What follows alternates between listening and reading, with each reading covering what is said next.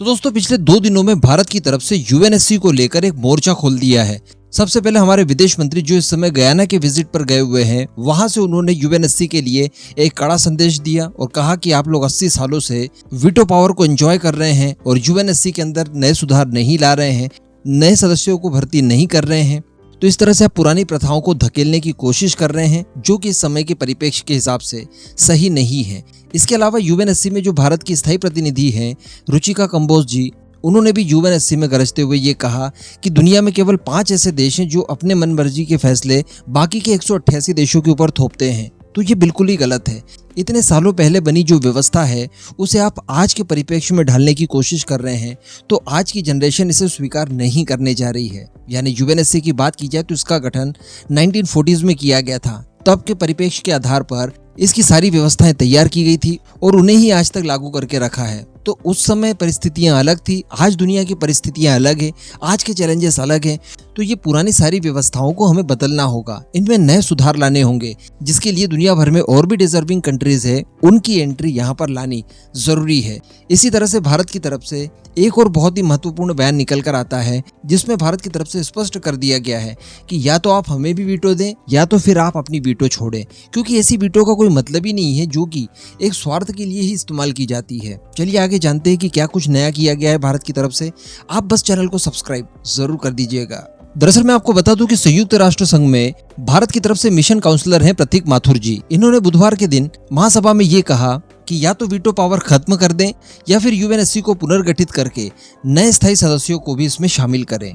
दरअसल मैं आपको बता दूं कि जब भी यूएनएससी की पुनर्गठन की बात की जाती है तो ये स्थायी सदस्य कुछ देशों की एंट्री के लिए सहमत तो होते हैं, लेकिन यहाँ पर ये लोग ये नहीं चाहते कि इन्हें भी, यानी जो नए सदस्य शामिल होंगे, इन्हें भी वीटो पावर दिया जाए, और ये लोग इस बात का विरोध करते हैं। तो इस बात के जवाब में भी माथुर साहब ने कहा कि हमारे विचार में नए सदस्यों को वीटो पावर का अधिकार विस्तारित परिषद की प्रभावशीलता पर कोई प्रतिकूल प्रभाव नहीं पड़ेगा। इसके आगे माथुर साहब ने यह भी कहा कि जैसा कि अफ्रीकी भाइयों ने कहा कि यह राज्यों की संप्रभुता समानता की अवधारणा के खिलाफ है और केवल द्वितीय विश्व युद्ध के बाद की मानसिकता को कायम रखने का एक मोर्चा बन चुका है। यानी वर्ल्ड वॉर 2 के बाद ही यूएनएससी का गठन किया गया था। इस वजह से उस समय जो परिस्थितियां थी उन्हीं के आधार पर सारी व्यवस्थाओं को किया गया। इसी के साथ साथ माथुर साहब ने यहाँ पर अफ्रीकी देशों की भी सदस्यता के बारे में सैद्धांतिक रूप से समर्थन करते हुए वीटो पावर की मांग की। इसके अलावा उन्होंने सबसे बड़ी बात कह दी, जो कि आज तक ज्यादातर देश बोलने की हिम्मत नहीं करते, और वो ये था कि देखा गया है कि पिछले 75 सालों में जब भी वीटो का इस्तेमाल किया गया है, इन 5 देशों ने अपने राजनीतिक उद्देश्यों को पूरा करने के लिए ही किया है।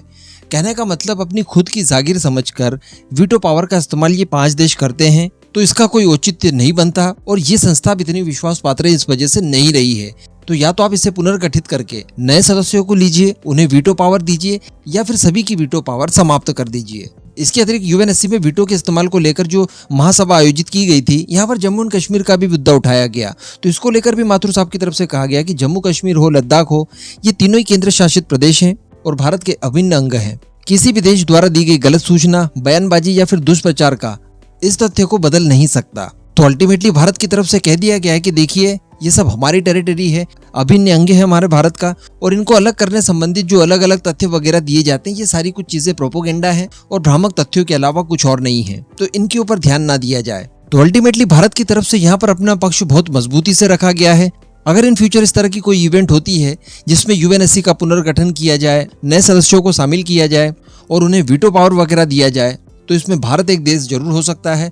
और अगर ये सारी चीजें की जाती है तो इसमें सबसे बड़ा योगदान भी भारत का ही होगा।